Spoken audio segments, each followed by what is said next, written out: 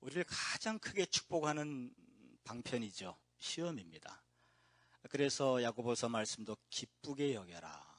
시험을 만나거든 기쁘게 여겨라. 우리 말씀을 다시 한번 이제 살펴볼 텐데요.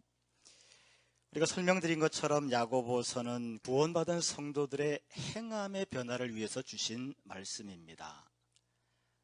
또 다시 말씀드릴게요.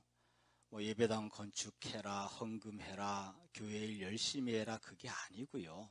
야고보서를 찬찬히 보시면 무슨 일을 하든지, 교회 일이 되든지, 가정에서의 일이 되든지, 생업에서의 일이 되든지, 자녀 교육이든지, 무엇을 하든지 그 일을 하는 자세가 바뀌어야 되고, 그 일을 하는 태도와 동기와 목적이 바뀌어야 되는 그 변화, 그 행함의 변화에 대해서 야고보서는 기록하고 있죠. 하나님은 구원받은 그리스도인들이 변화되기를 원하십니다. 행함이 변화되기를 원하시는 거예요. 마음과 자세와 태도가 변화되기 원하십니다. 즉, 회개하고 하나님의 사람들이, 구원받은 그리스도인들이 하나님의 말씀이 내 삶에 부딪히게 되면 회개하고 변화하라는 말씀이죠. 회개하고 변화할 때 내부적으로는 망하는 삶에서 축복의 삶으로 변화가 됩니다. 회개하게 될 때 내 삶을 그렇게 묻고 꼼짝달싹하게 못하게 하던 것들로부터 우리가 자유함을 얻게 됩니다. 회개하게 되면 화평케 하는 자가 되어지고, 교회를 세우고, 가정을 세우고, 생업을 세우고, 자녀도 교육하고, 무엇보다 회개하고 변화되면 비로소 사람을 사랑하는 자로서 드러나기 시작하는 거죠. 야고보서의 말씀을 통해서 회개하고 우리의 행위가 변화되는 은혜가 있기를 축원하겠습니다. 근데 변화가 쉽나? 저도 가끔씩 그런 얘기를 그냥 무심코 해요. 사람이 바뀌나? 근데 또 김성원 집사님이 예수님을 잘 믿으니까 회사에서 사람이 왜 그렇게 바뀌었냐? 바뀌긴 바뀌나 봐요. 믿음 안에서 변화되시기를 축원합니다. 사람 죽어도 안 바뀌는데요, 말씀 앞에서는 바뀌고요, 성령의 도움 가운데는 바뀌고요, 회개하면 바뀔 줄로 믿습니다. 최순자 권사님 신방을 갔었습니다. 카이저 병원으로 구리로 올라오셨기 때문에 신방을 갔더니 가자마자 덥석 손을 잡으면서 펑펑 우시는 거예요. 그러면서 그 말씀의 요지가 뭔가 하면, 이전에 본인도 병원 정말 건강하시잖아요. 이전에 병원에 신방 가고 또 병든 자들의 고통 때문에 마음 아파했지만, 내가 아프고 나니까 진짜 아픈 자들의 고통을 알게 되었어요. 내가 고통받고 나니까 생각과 마음의 변화가 생겼다는, 회개했다는 겁니다. 내가 왜 지금까지 묶여있고, 왜 망하고 있고, 나 때문에 가족이 아프고 자녀가 아프고 이웃이 고통을 당하느냐? 왜 내 삶이 40년 광야를 벗어나지 못하느냐? 70년 포로의 끝이 보이지 않는 절망 속에서 헤매고 있느냐? 그 이유를 깨닫게 하는 것이 내 가슴 깊은 곳에 저린 아픔들이 있을 때 깨닫게 됩니다. 내 쌓아온 모든 것이 무너져 내릴 때 그 이유를 알게 되죠. 내가 왜 망했는지, 내가 왜 답답한 광야에서 벗어나지 못하는지, 70년 절망 끝이 보이지 않는지, 내 가슴이 아려오는 그 시험 가운데 비로소 알게 됩니다. 어두운 그림자가 내 삶의 구석구석을 휘몰아칠 때, 늘 있던 사람이 보이지 않게 되었을 때, 너무나도 당연시 되던 것들이 더 이상 내 일상 중에 당연하지 않게 되었을 때, 목사의 손에서 하나님의 손으로 내 문제가 옮겨질 때, 덜컥 내려앉은 마음에 하염없는 눈물만 흘리게 될 때 비로소 우리는 가슴 깊이 그 이유를 알게 되는 거죠. 그래서 야고보서는 아이러니하게 시험이 결박을 풀어준다는 거예요.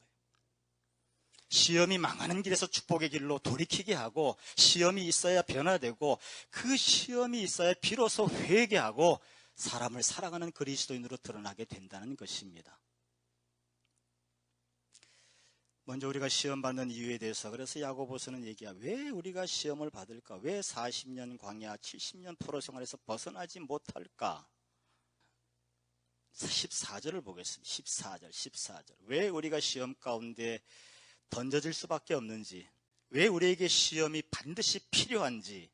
14절 시작. 오직 각 사람이 시험을 받는 것은 자기 욕심에 이끌려 미혹 아직 내 속에 옛사람이 뿌리 깊다는 거예요. 쓴뿌리들이 뿌리 깊다는 겁니다. 그리스도인으로 살고 하나님의 사랑을 표현하고 싶은데 내 안에 있는 하나님의 사랑을 표현하는 걸 다 가로막는 것들이 또 내 안에 또 있다는 겁니다. 욕심 때문에, 자기 중심적인 신앙생활 때문에, 율법주의적 신앙생활 때문에. 그래서 결과가 뭡니까? 15절 시작. 욕심이 잉태한 즉 죄를 낳고 죄가 장성한 즉 사망을 낳느니라. 죽는다는 거예요.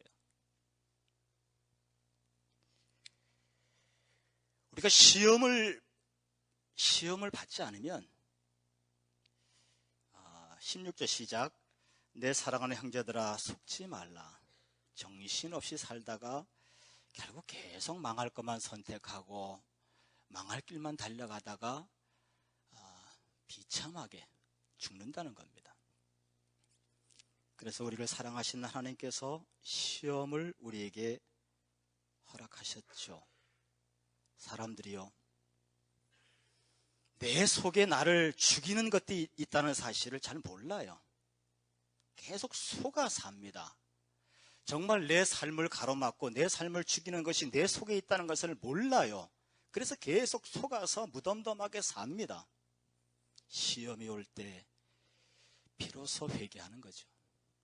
억장이 무너질 때, 손과 발에 힘이 풀릴 때, 가슴이 무너져 내릴 때, 하염없이 눈물 흘릴 때, 그때 비로소 회개하고 돌이키게 됩니다.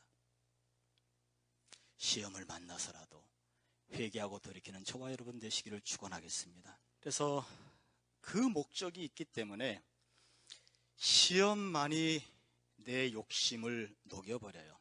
나를 망하게 하는 내 속의 것들을 녹이는 것이 시험입니다. 마치 용광로 속에 금광석을 넣었을 때 찌꺼기들은 다 떨어지고 금만 남아 흐르는 것처럼 시험만이 내 속에 나를 망하는 것들을 다 녹여버리고 우리를 금처럼 빛나고 아름다운 하나님의 사람, 그리스도인으로 만들게 되는 줄로 믿습니다.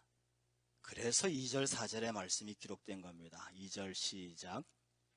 내 형제들아 너희가 여러 가지 시험을 만나거든 온전히 기쁘게 여기라. 그 다음까지 시작. 이는 너희 믿음의 시련이 인내를 만들어내는 줄 너희가 알미라. 4절. 인내를 온전히 이루라. 이는 너희로 온전하고 구비하여 조금도 부족함이 없게 하려 함이라. 시험의 진정한 목적에 대해서, 시험은 기쁘게 여기라는 거예요. 모든 사람들이 시험을 받습니다. 하지만 시험에 드는 사람이 있고 시험을 이기는 사람이 있어요. 그리스도인들은, 야고보서가 지금 얘기하는, 하나님이 말씀하시는 것은 모든 그리스도인들이 시험을 이기는 자가 되라. 시험이 내게 그야말로 불행이 아니고 축복이 되도록 하라. 우리 오늘 말씀을 통해서 그 비결을 찾아내시기를 축원하겠습니다. 여러분, 시험에 대한 부정적인 이미지는 여러분 생각이죠. 병이 들었다, 물질의 손해를 봤다, 또 사람 때문에 아픔을 겪었다. 시험에 대한 부정적인 이미지는 옛사람의 생각들이죠. 말씀을 붙잡으시기를 바랍니다. 시험을 만나거든 온전히 기쁘게 여기라. 시험에는 뜻이 있는 거예요. 시험은 나를 축복하는 하나님의 손길입니다. 힘들고 어렵고 정말 고통스러워도요, 하나님을 믿음으로 인내함으로 시험에서 이기는 자가 되시기를 바라고요. 오늘 아침에 나오는데 집사람이, 우리 큰아들이 요새 아주 그냥 열심히 살고 있습니다.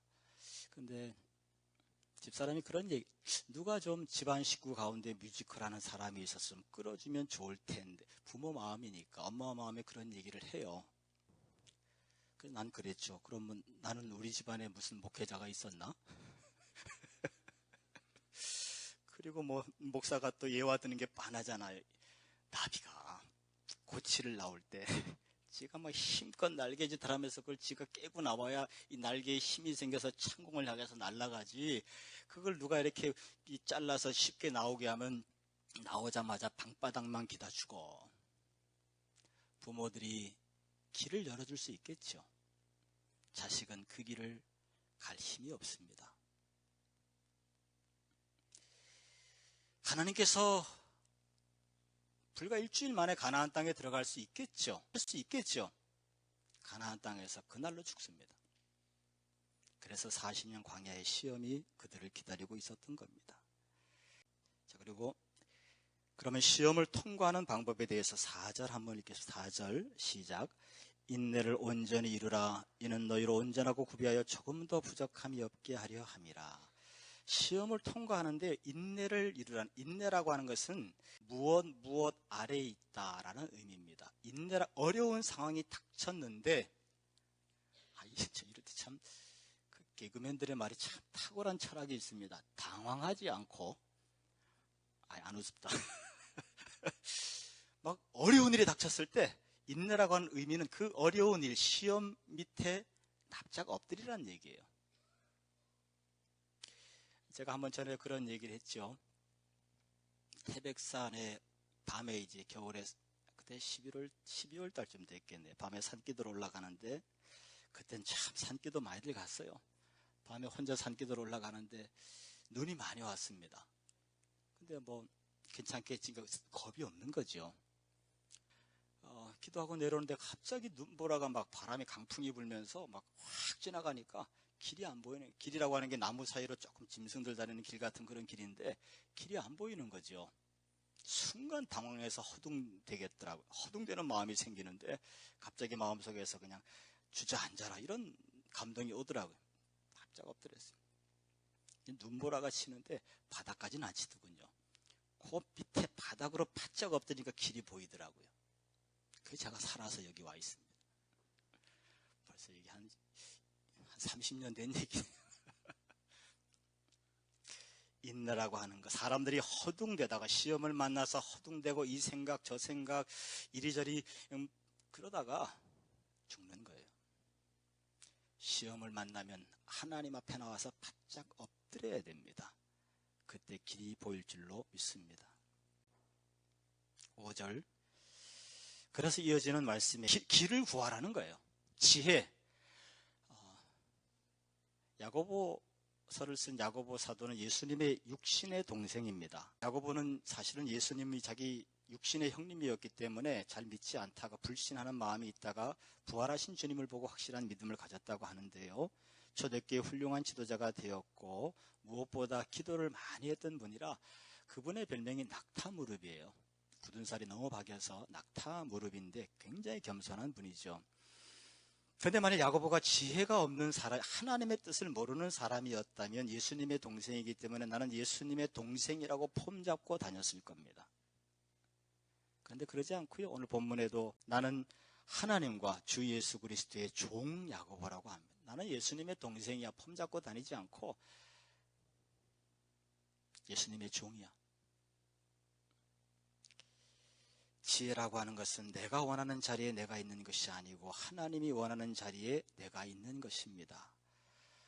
서두르다가 망하는 내 생각 속에 있는 것이 지혜가 아니고요. 광야에서도 길을 내시는 하나님의 생각을 보는 것이 지혜입니다.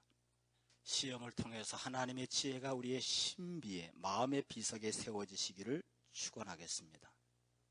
그래서 시험을 만났을 때 따라합시다. 하나님, 왜 내게 이 시험을 주셨습니까? 내가 목소리 들으니까 내가 막 시험 들어. 하나님, 왜 내게 이 시험을 주셨습니까? 내가 어떻게 하길 원하십니까? 시험 만나거든 바짝 엎드려서 하나님께 이렇게 지혜를 구하시기를 바라겠습니다. 그런데 시험이 정말 어렵습니다. 시험이 너무나 어려워요. 온몸에 힘이 다 풀리는데요. 하염없이 눈물이 흐르고요. 가슴이 무너져 버리는데 믿음으로 이기셔야 됩니다. 그래서 시험을 당할 때 우리는 기억해야 돼요. 감당할 시험 밖에는 너희에게 당한 것이 없나니 시험 당할 쯤에 피할 길을 내사 너희로 능히 감당하게 하시느니라. 내게 닥치는 어떤 시험이든지 하나님은 내가 감당할 만 하시니까 주신 거라는 거예요. 이 진리를 믿으시길 바랍니다. 이건 믿어야 돼요. 믿지 못하면 시험에 다 죽습니다. 믿으면 이깁니다. 내게 어떤 시험이 닥쳐왔든 하나님께서는 내가 그 시험을 감당할 수 있기 때문에 그 시험을 주셨다는 믿음을 가지시기를 축원하겠습니다.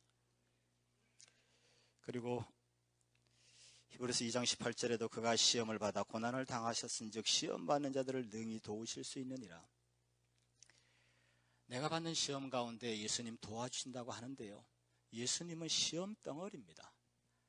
멸시 받으시고 천대 받으시고 말 안 통하시고 제자라고 3년 키워봤자 엉뚱한 소리하고 돈 욕심내고 자리 욕심내고 이게 뭐 침뱉음 당하고 뭐 엉망진창이죠. 십자가에 매달리고 뭐 죽고요, 창 찌르질 않나. 별별 시험을 다 받으셨습니다. 그래서 예수님은 우리가 받는 시험이 무엇인지 알아요. 그분이 도우시겠다는 겁니다. 생탄 시험이 뭔지, 교회 사역이 뭔지, 영혼 사역이 뭔지 아무것도 모르는 사람, 아파보지도 않은 사람이 다 소용없고요. 아파본 사람의 위로가 진짜 위로가 되는 거예요. 예수님은 아파보신 분입니다. 모든 시험을 다 받으신 그분께서 우리의 시험을 도와주시겠다는 거예요. 시험 가운데 예수님이 우리의 위로가 되시기를 바라고 시험에서 이겨나가는 저와 여러분 되시기를 축원하겠습니다. 마지막으로 다음 같은 예화를 드리고자 합니다. 어떤 존경받는 수도사가 있었어요.